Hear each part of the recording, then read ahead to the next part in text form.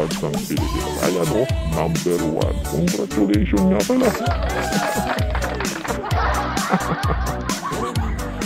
Yun, ayan o, kita nyo ba yan? Umpisa na natin, palakpak muna tayo. Palakpak muna tayo.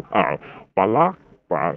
Ay, palakpak. Masayang-masaya tayo ngayon. Masayang-masaya ang bagong Pilipinas. Alright. Ayun. Oh, kumusta? Ha? Kumusta ang mga Pilipinos?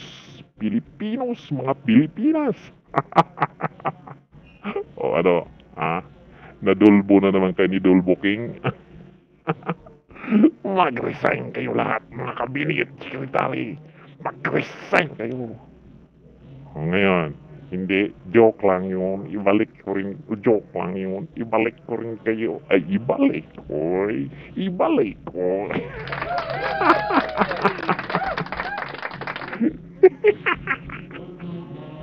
Kaya nga sabi ko niyo, Dulbo King ito eh. Dulbo King. Dulbo King ito eh.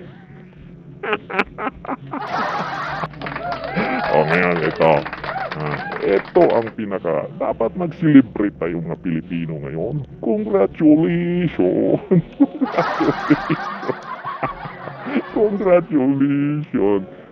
Dapat magsaya tayong mga Pilipinas. Yes! Sa wakas, mag-number 1 na talaga tayo. Ha?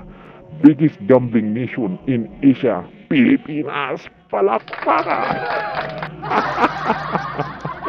O ito, post ko ito na kadwa. Ayan o. Yan po yung nagpo-post o. Si Infographics. At sinishared po ito ni ayan o. Kipi post. Ayan na. Ayan yung nakalagay dyan. So dito pasahan natin o. Ayan o. Ito sabi ni ni Kipicho. Sino ba? Paano babasahin ito? Ha? Nakaka-impress talaga. Bawal pugo. Kasi ang nasisira na buhay mga mainlander Chinese. Tapos yung tax nabibigay sa PGH at ibang hospitals.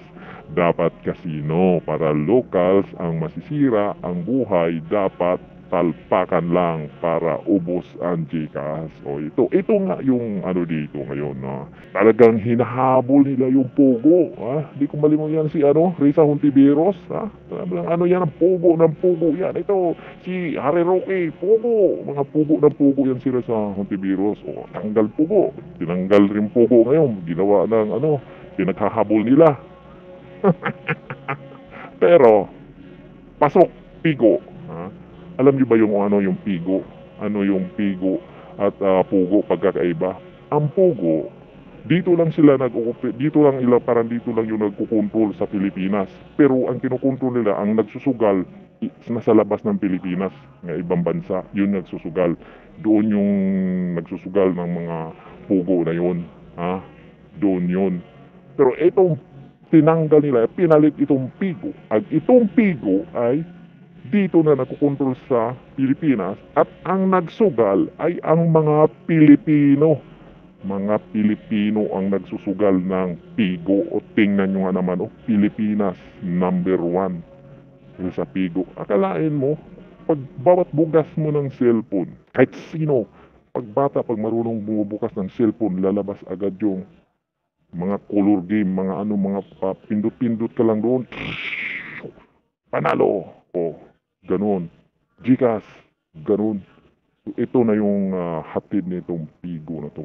Pagtatanggal nila sa Pugo, eto, pasok ang Pigo. At ngayon, number 1. Number 1. Si Mangmang. Ito yung gusto ng gobyerno na ito.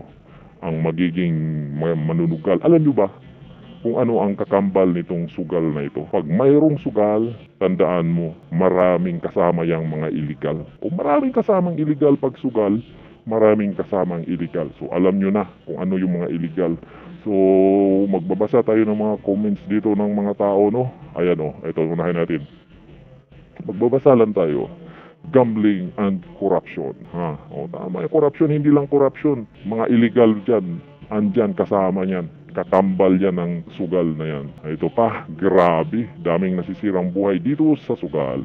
mas lumalala pa lalo. Imagine, nung si Duterte pa yung mga nagda-drugs, nagsitigil talaga. Active sila sa pagtatrabaho, sa construction. Pero ngayon si BBM na, aba, hindi lang sila sa drugs addict, pati na rin sa scatter o scatter.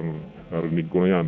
Kung dating user lang, naging pusher na kasi tamad na magtrabaho at makatutok na lang sa scatter. Buong sira utak sa drug, sira pa ang utak sa sugal. Yung casino, talamak din online. O, yan o.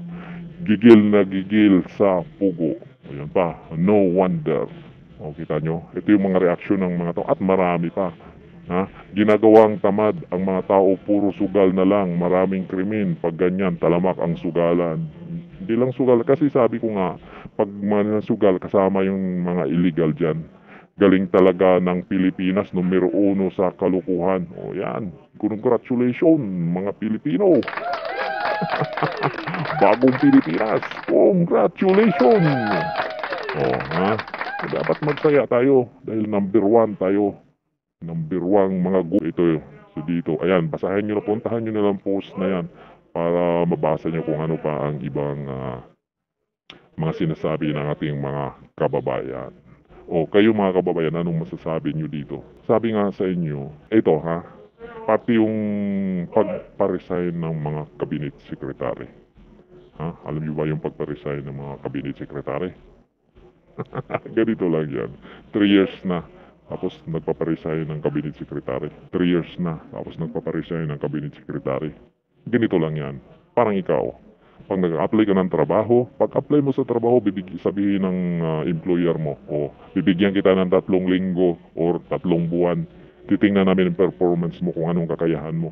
Yung araw na yun, ilabas mo yung kung ano kagaling sa trabaho. At pagkatapos dyan, doon nagde-decide na, may kakayahan pala to. Eto na. Para lang din yan sa mga binubuto yung mga politiko o yung mga palagay natin dyan sa first 3 months or 1 year pagiging presidente, na ilabasan niya yung kakayahan niya. Pagkatapos ng 1 taon, makikita mo na kung anong kakayahan niya, kung may kakayahan ba o wala.